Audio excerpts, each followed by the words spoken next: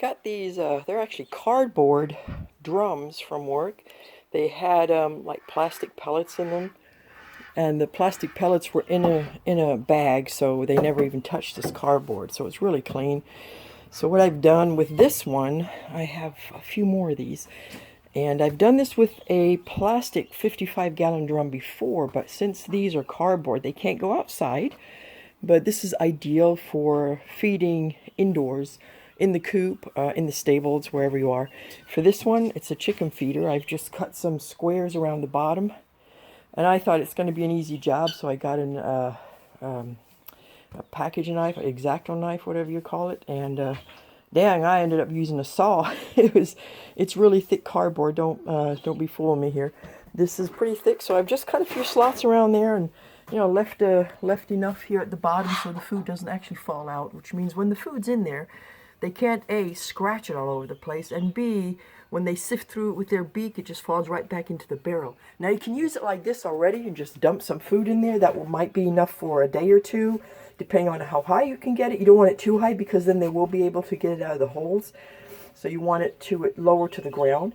But what I plan on doing is you can now take a 5-gallon bucket, like just one of those regular 5-gallon buckets, and cut away some stuff at the bottom. Now I've got a 10-gallon bucket here, and this is what I plan on doing, cutting out some strips here. But not only these strips, you got to make sure that you cut along the bottom edge. Let me lay this down so I can see this better.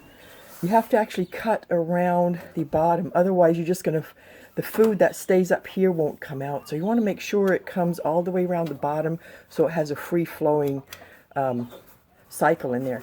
So once I put this, you can just put it in there, because really being cardboard, I don't know if you want to nail it in there, but I'm just going to put this in the center right there, kind of in the center there, which means I can fill up to 10 gallons of food.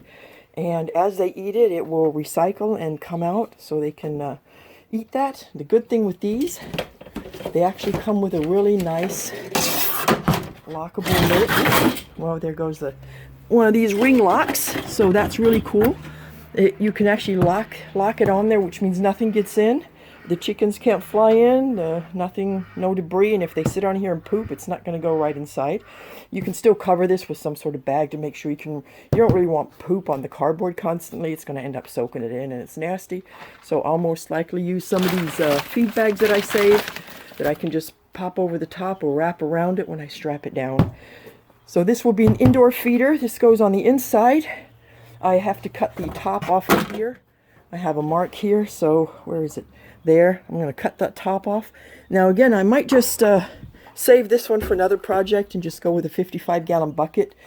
That should be enough for maybe 3-4 days, maybe a week if I fill that up, because I don't have that many chickens anymore. I used to have where I'd have to fill up a whole 55-gallon, geez, what is it with my 55-gallon? Where I have to fill up a 5-gallon bucket every day for chicken feed. But now it's basically a couple of scoops here and there.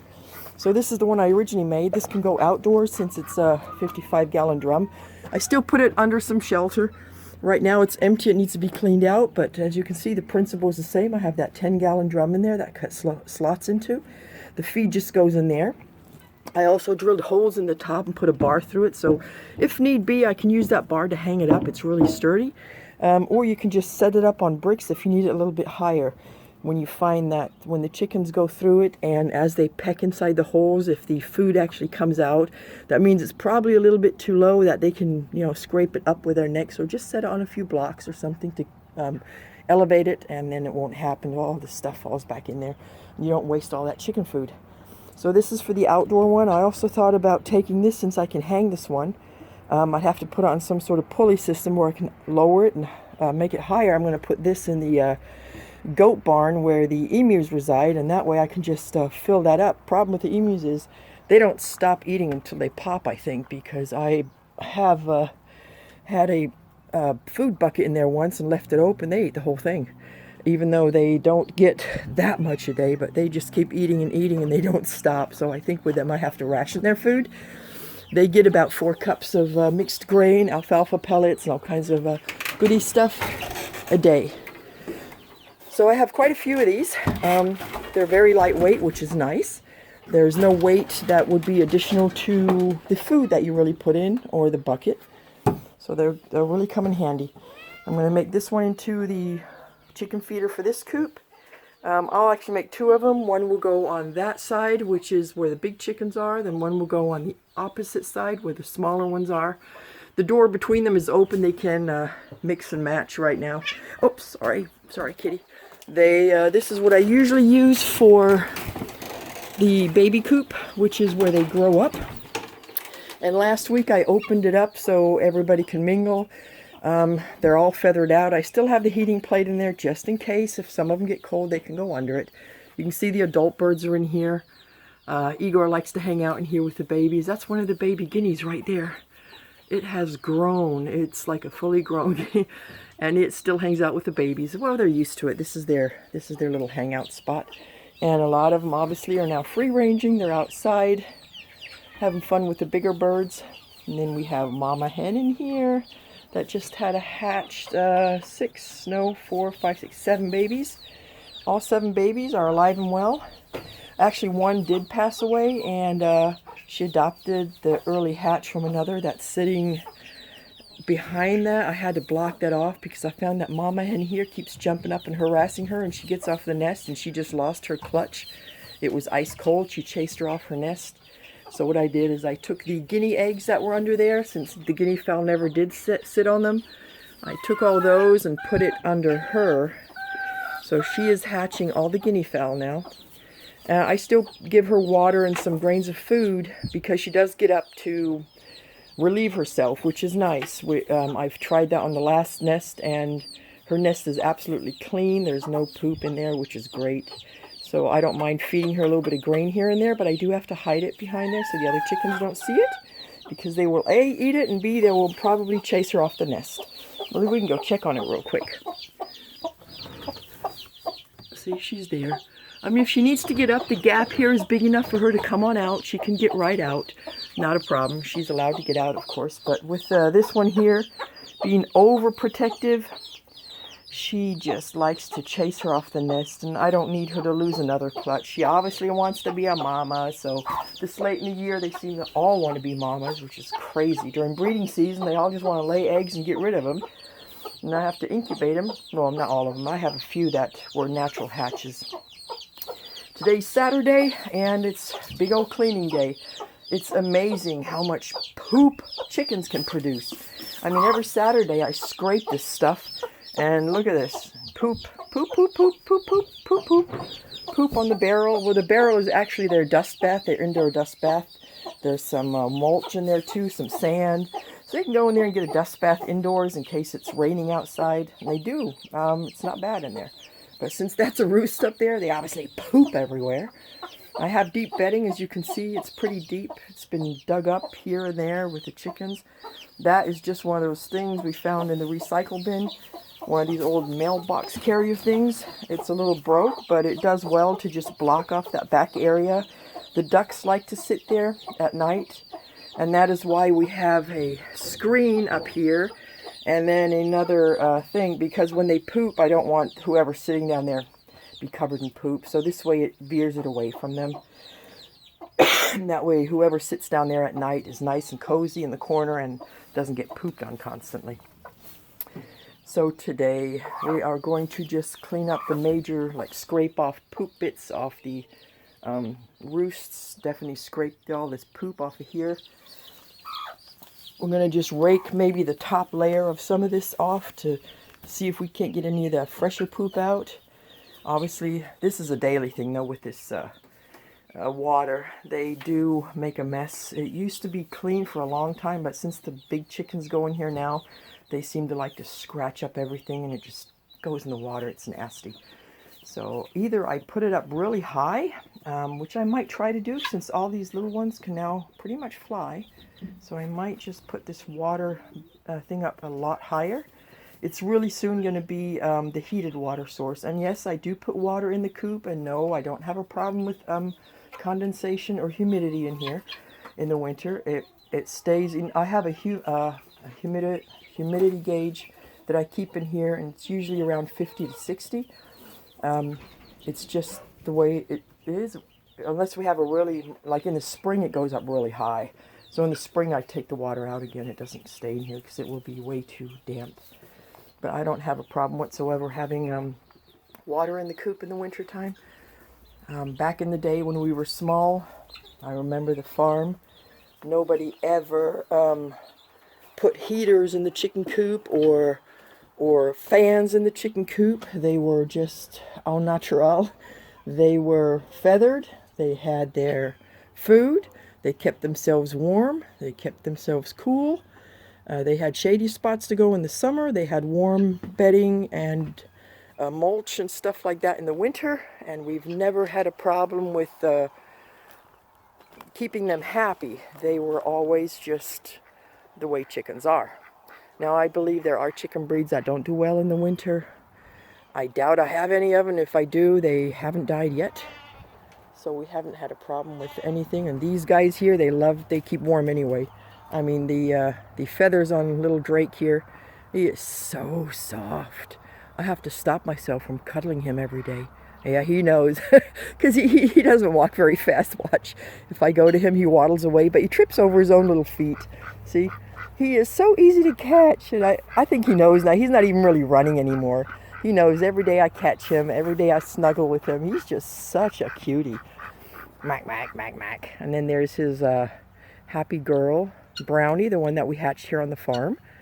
They stick together. I'm hoping one of these days that he will be a great daddy, and she will be a great mom. Maybe next spring. How about it, Brownie? You're dating him already. Might as well make it official, right? Yeah, lay some eggs. I'd like to hatch some more of your babies, because you guys are tough little guys. And then, of course, I have this one here, Stranger. You can't go anywhere without her being right by your side.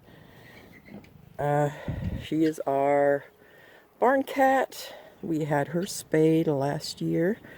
We had to trap her back then because she would not allow anybody to come near her. She was such a kitty that would just run when she's seen humans. And I seen her once eating, and I noticed that she's a female. And I thought, man, last thing I need is kitties. We get kitties every year. I think people like that there's a farm here, and I don't know if they just dump them here or if they get released around the area, but we have had another calico pregnant cat show up.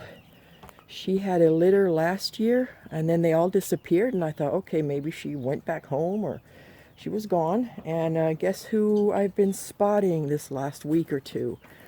I call her Mama Kitty. And yep, she is heavily pregnant again. So this time I have trained her to come to me, and she loves coming to me. The only thing is she does fight with the other two cats, so when they're around she's not. But she comes out, ouch, she comes out in the evening, and she lives up in the rafters somewhere up there, and that's probably where she's going to have her babies.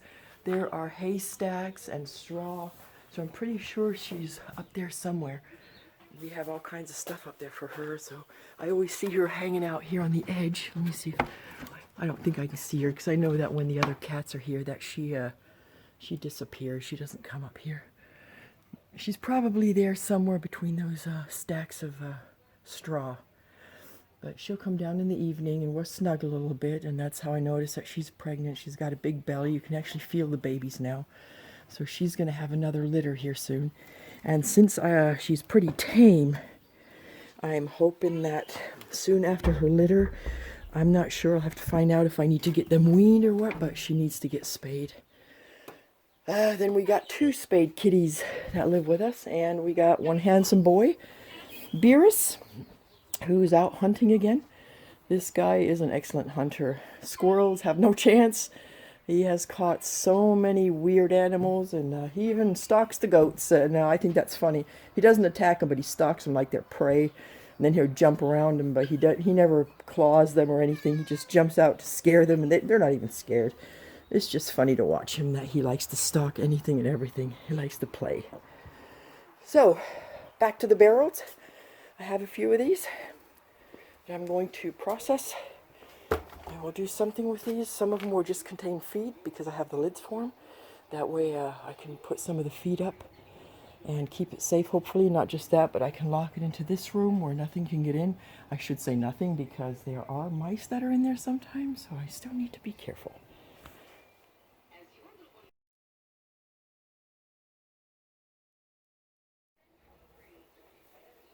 So here's a quick thing of what I've done with the bucket. I used a hacksaw to just cut like cake wedges out of it and bed them up for now.